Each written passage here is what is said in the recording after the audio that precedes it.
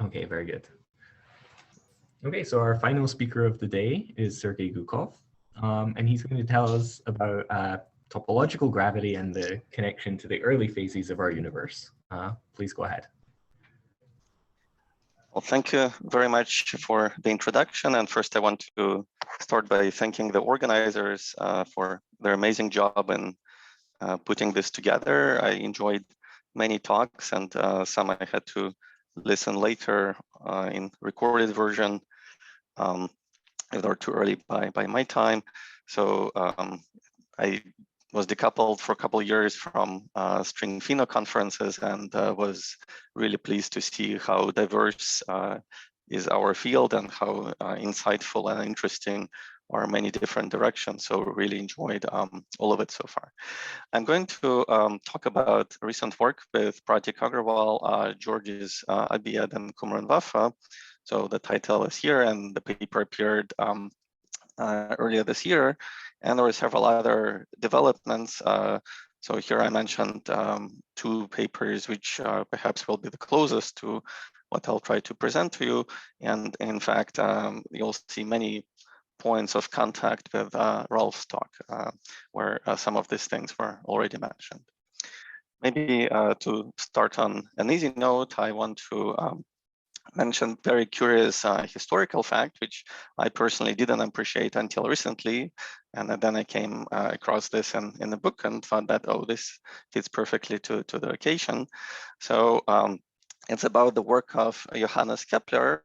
And apparently historians and history of science compare his work more closely to that of Einstein rather than Newton. And I found this a little surprising, given that, of course, the domain where it belongs, work of Kepler, of course, is closely related to that of Newton. So I thought that this is a natural chapter, but it's somewhat unexpected, and his ideas were kind of groundbreaking back at the time. That that's how the comparison goes, and in particular, when Kepler was about 24 years old, he wrote a book, and many details and ideas in that book were turned out to be wrong, but some were useful seeds for his further work and understanding, of course, heliocentric nature of our solar system, and the fact that orbits revolve around the sun, that orbits of planets are elliptical, that planets revolve around the sun on elliptical rather than circular orbits. And this circular versus elliptical was a fairly big deal at the time. And even Einstein himself was very fond of this work, and that's how he describes the work of Kepler, that his progress could be done only when Kepler liberated himself from intellectual traditions to which he was born. So I wanted to keep this in mind, and as we proceed, I'll show you some specific equations and so on. But the reason I bring up this amusing historical fact is that I want you to have a takeaway, which is more of an idea, or rather I'll refer to it as a scenario, not so much the particular realizations. In fact, one of the takeaway from this talk will be that it would be a good idea to look for more realizations, perhaps even more realistic, of the scenario that we're going to propose. So motivation, coming back to more serious things for this work, is in cosmology, or in particular cosmology of early universe. And these are some of the motivating questions. One which was actually actively discussed even at the most recent strings conferences, can we try to find new mathematical descriptions of cosmological physics? This is asked a lot, and of course, it's hard to just go out and propose a new mathematical description of cosmological physics, but we should try, and that's obviously one motivation. Another question completely from a different direction is that as we talk about gravity, which is a theory of metric in space-time, we by now know through work of mathematicians and also through topological field theory that there are very interesting exotic smooth structures on manifolds. And question that's sometimes asked, but usually is just pushed to a side, is whether this play any role in cosmology, or in fact, for that matter, in any theory of gravity. After all, if we're integrating over all metrics, we should be integrating over exotic metrics as well. And do they have produce any visible effects, either theoretically or perhaps even observationally? And it's kind of amusing that the only domain where this question appeared so far is in topological field theory, as far as the physics goes. So then I may rephrase the question and ask, does physics have to be topological to even discuss this question? Other questions would be, if we go to early phase of our universe, does it necessarily have to be described by the same degrees of freedoms, that we are made of? This concerns, of course, both matter, and also one can ask the same question at the level of gravity itself, namely, does it have to be same general relativity, Einstein gravity, that we now use to describe that early phase, or could it be something else, some other theory of gravity? So these are kind of motivating questions that I want you to keep in mind. And the standard model of cosmology looks roughly like this. We understand fairly well the main chunk of this history of our universe, namely, since photons left the last scattering surface, we know very well how to compute things, and modular small Hubble tension, I think we were very happy with what's going on in this big chunk of the diagram.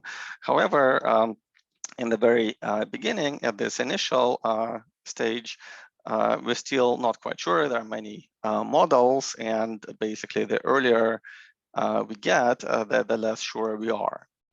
And one thing we can say is that definitely gravitational interactions get stronger and stronger as we go to earlier times in our universe. And with strong time dependence, which means that all derivatives basically start playing a role and show up. And with extremely strong gravitational interactions, it's natural to expect that physics is going to be non-local, and the relevant theories that describe that physics should be non-local. And if you take the most extreme regime with extreme gravitational interactions and time dependence, perhaps you could say that could it be extremely non-local and maybe not even have any local excitations? And if you think along this way, that's basically a definition of topological theory that has no local excitations. In fact, the fact that at very high densities and temperatures, either string theory or even cosmology could be described by some topological phase was already hinted in work of David Gross and Edward Witten from late 80s. And this in part is motivation for what we're trying to propose. Also from string theory, we know, and also from quantum field theory, we know that very often if you try to push a system in extreme regime of strong coupling or some frame where in original degrees of freedom, the description gets extremely hard and complicated. Good news is that most of the time, there is a completely different description via different set of degrees of freedom, different Lagrangian, that is either weakly coupled or better suited for describing the physics. For instance, in the theory of QCD, we know that it's a theory of quarks and gluons at very high energies, but at low energy, we use chiral Lagrangian to describe the physics of mesons and pions and so on. And in string theory, we also know that if you try to play either with coupling constant or even the size of space-time, which is perhaps closer to what I want to discuss, there is always a new description. For example, if you try to squeeze the system into a tiniest box, then there is another description based on T-duality where the size of the box is inverse to the original one, and that's perhaps a better way to describe the physics. So in fact, this idea based on T-duality is at the heart of so-called string gas cosmology that was studied by Brandenberger-Waffe, Zeitlin-Waffe, and many others. And again, it's a close relative of what I'm going to discuss and propose. So the main idea of this joint work with Pratik, Georges, and Qumran is that early phase of our universe is described in indeed rather different degrees of freedom, in particular as far as gravity goes, via different theory of gravity, not the same general relativity that we use to describe present phase of our universe. And we argue that this other description of gravity is fairly close to topological. In particular, this should be natural based on these motivations I just mentioned, but I'll give you further evidence in a minute. So therefore, the basic scenario that we're discussing is where universe consists of, or at least at this rough level, the history of the universe consists of two stages, or we call them two phases, one of which is non-topological phase, and that's basically FLRW universe, which you can compare to analogous phase in inflation. So this proposal is close cousin of inflation in the sense that everything that happened after reheating is we don't want to change, but the earlier phase is replaced by a completely different description where, again, degrees of freedom were stored in completely a different set of fields from the point of view of the second phase, which is topological gravity and perhaps even different type of matter sector. So therefore, what this upper graph shows is that there has to be some point in time in the history of universe where conversion from one set of degrees of freedom happens to another set of degrees of freedom. And again, this is similar to what happens in string gas cosmology, various inflationary models, and so on. Already mentioned kind of analogy with QCD, which is described in two different regimes by completely different degrees of freedom, so by completely different phases. And here I want to point out that you can take this analogy even further. In fact, in his paper on topological field theory, not the one that I mentioned just a minute ago, Witten pointed out that one may compare behavior of topological field theories and breaking of topological invariance to phases of QCD. And in a sense that QCD at high energies, again, is described by gluons and quarks. And at lower energies, we have a confined phase, which doesn't have massless vector bosons. And in that sense, this also runs in close parallel with this scenario, where I want you to think about these two diagrams aligned. And if you think about FLRW phase as analog of QCD phase, then basically in topological phase, which should be compared to where strong gravitational coupling should be compared to strong coupling in QCD, we're basically proposing that just like in QCD, in that regime, there is no massless now spin 2 gravitons. So that's yet another parallel. And again, you can continue this a little bit further so that there are many parallels here. So now I'll try to come to even kind of furthermore detailed elaboration on this proposal. So that's the basic idea. And it actually is very natural from a number of perspectives. So the main questions in cosmology usually go by list of problems such as horizon problem, flatness problem, monopole problem, scale invariance of power spectrum, and so on. And many of these problems that we want to address with our viable cosmological models can be phrased as some vanishing conditions. In particular, the fact that universe is nearly homogeneous and isotropic could be phrased as vanishing of derivative with respect to space-time coordinate. Likewise, a flatness problem also can be phrased in terms of vanishing. And notice that all of these vanishing conditions involve derivatives.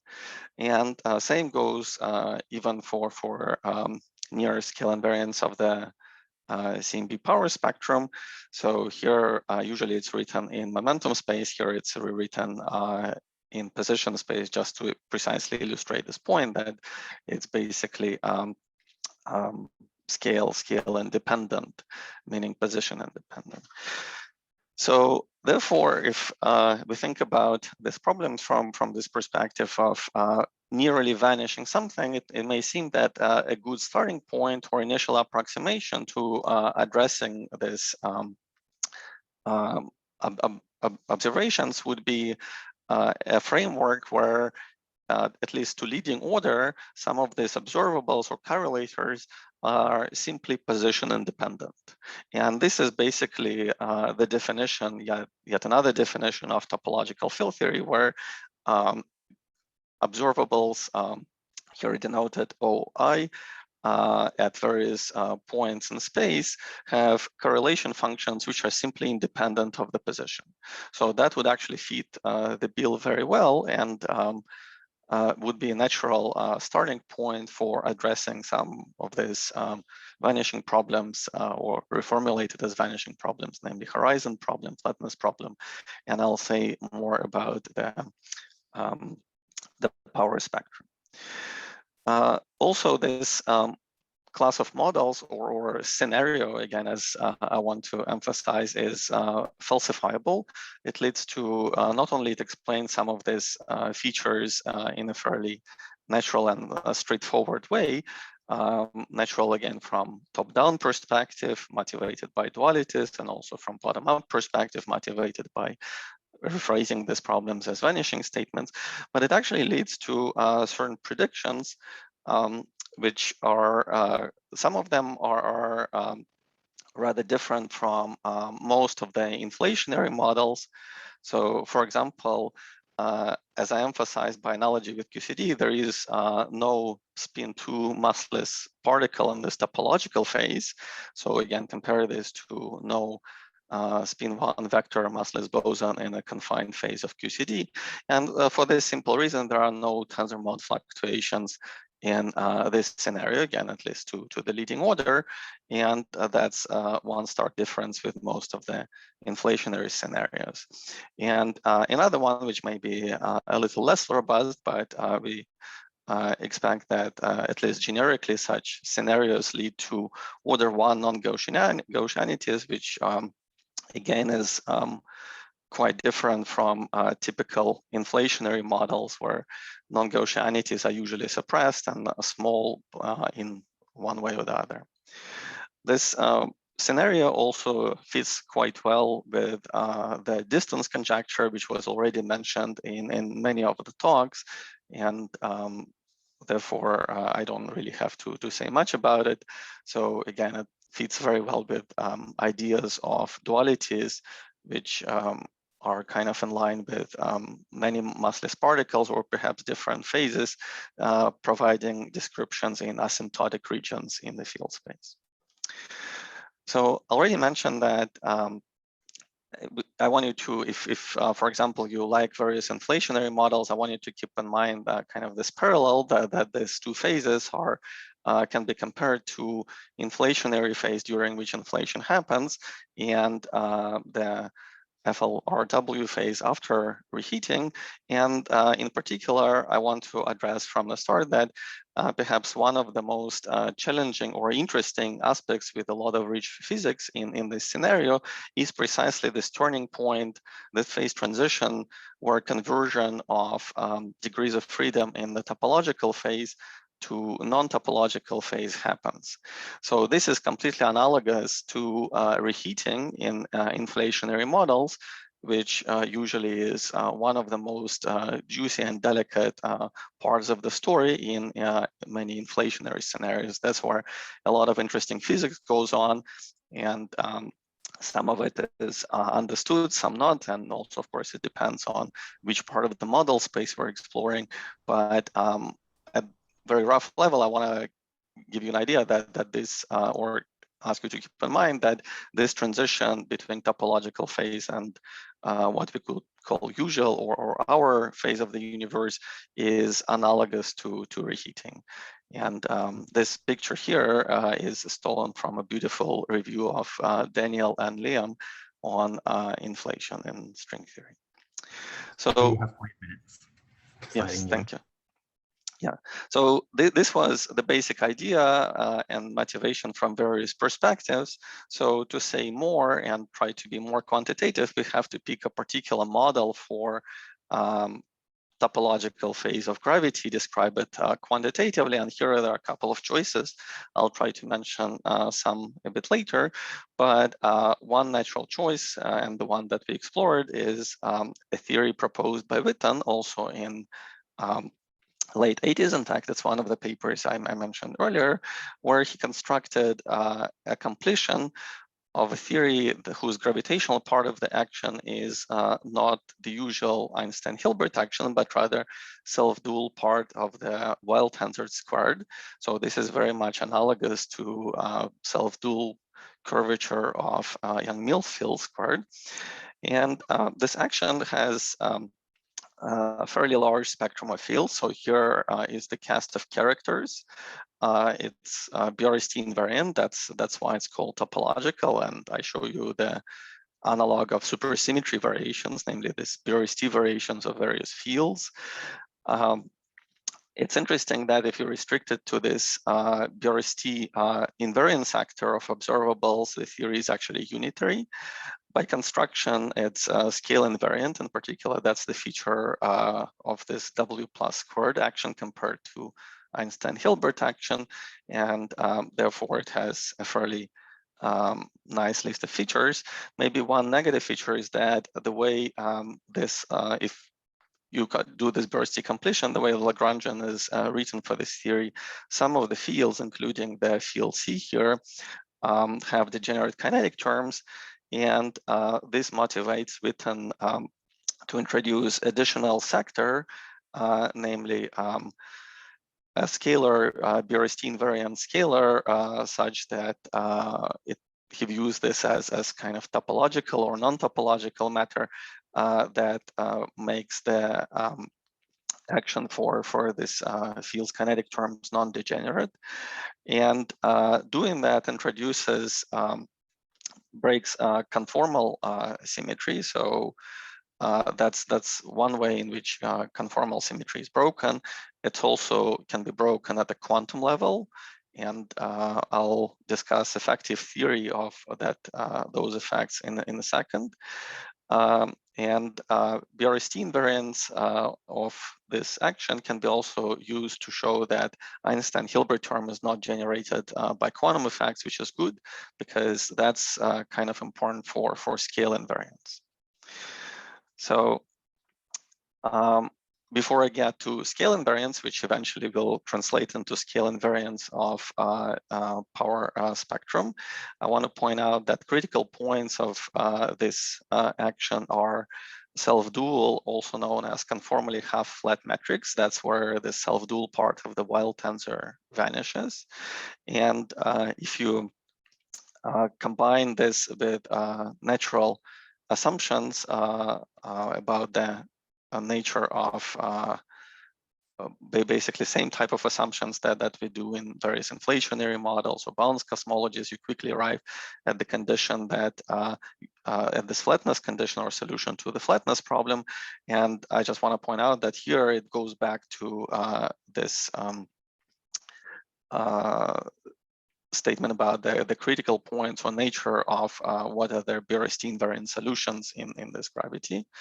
And perhaps the most interesting and again, kind of expected, but technically interesting aspect of this scenario and this realization is comparison to scale invariant power spectrum, which again goes to the fact that this entire theory enjoys scale invariance. It's conformal, but of course, if we introduce matter to describe matter fields, and even like I say, without that, there was additional sector that is required to make non-degenerate kinetic terms in this topological gravity, then conformal invariance is broken, and you can try to describe this using the Liouville type field, which I'll call tau.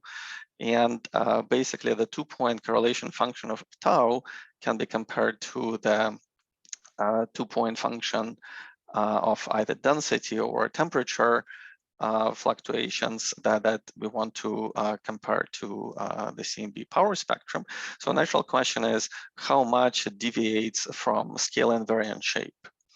And a quick calculation, which is based on a conformal anomaly that's controlled by this anomaly coefficients C and A in 4 dimensions, quickly leads you to this formula in the bottom of the slide, where we didn't really have to know much about various different mechanisms of this conformal symmetry breaking or additional fields. They're all encoded in this effective action. So this is somewhat analogous to, in spirit, to effective theories of inflationary models. And since I'm running short on time, I'll just quickly go through this slide showing that if you now feed the Planck data into this estimate, you can quickly see what parameters of the model should be. So you get fairly large values of A and C coefficients, which is not bad because it means that there is a lot of matter in our universe, which of course is good. We assume that A and C are roughly of the same order. That's in line or partly motivated by various bounds a la Hoffman and Maldacena. And this topological gravity has a coupling constant which controls self-interaction of W squared term. And if you can feed the data, then you see that this coupling has to be not terribly small, but somewhat small, of the order of 10 to the minus 5. And this requires a little bit of tuning, which perhaps could be compared to ether problem in inflationary scenarios.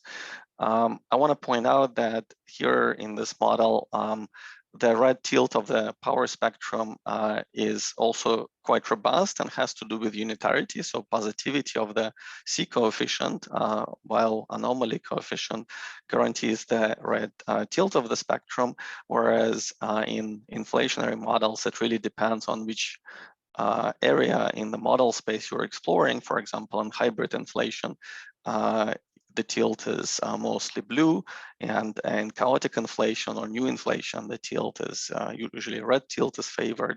So here, it's not really model dependent, it's completely constrained by unitarity. And finally, here is list of problems. Perhaps one that I want to emphasize is that, again, I want you to think about this as a scenario, and it would be good to think about various other realizations. For instance, there are many other topological theories of gravities that one can try to explore and see what the consequences are.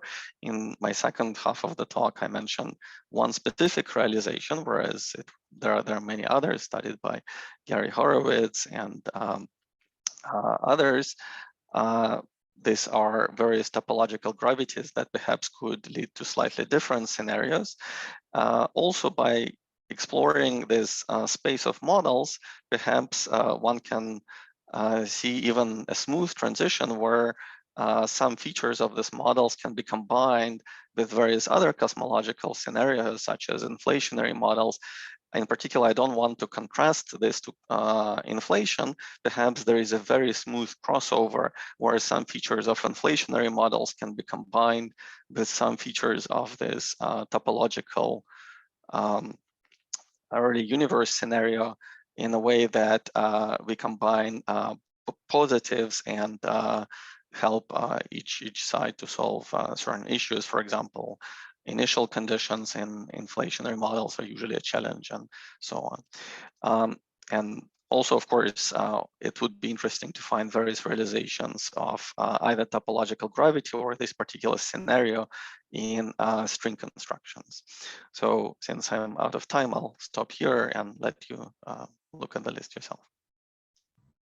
Okay, thank you for this very nice talk. We can all thank Sergey with our clap emojis if we have them. So it's time for questions. I don't see any hands raised at the moment. Oh no, I do see one. Andre? Yeah, thanks very much for the talk.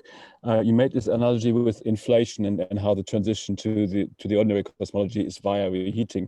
I haven't quite understood what the mechanism is in this context to make a transition to ordinary gravity and so the standard cosmology.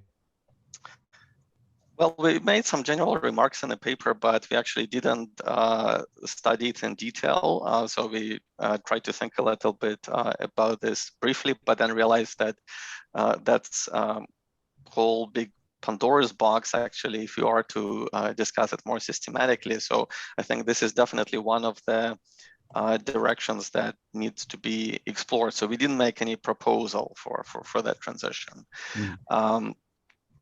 Again, just very basic ideas. In fact, here I listed as one of the open questions. So precisely this question is the last one about how the spontaneous breaking of topological invariance should happen. And very much like reheating, it will affect what exactly is this transition and what FLRW phase sees as an input.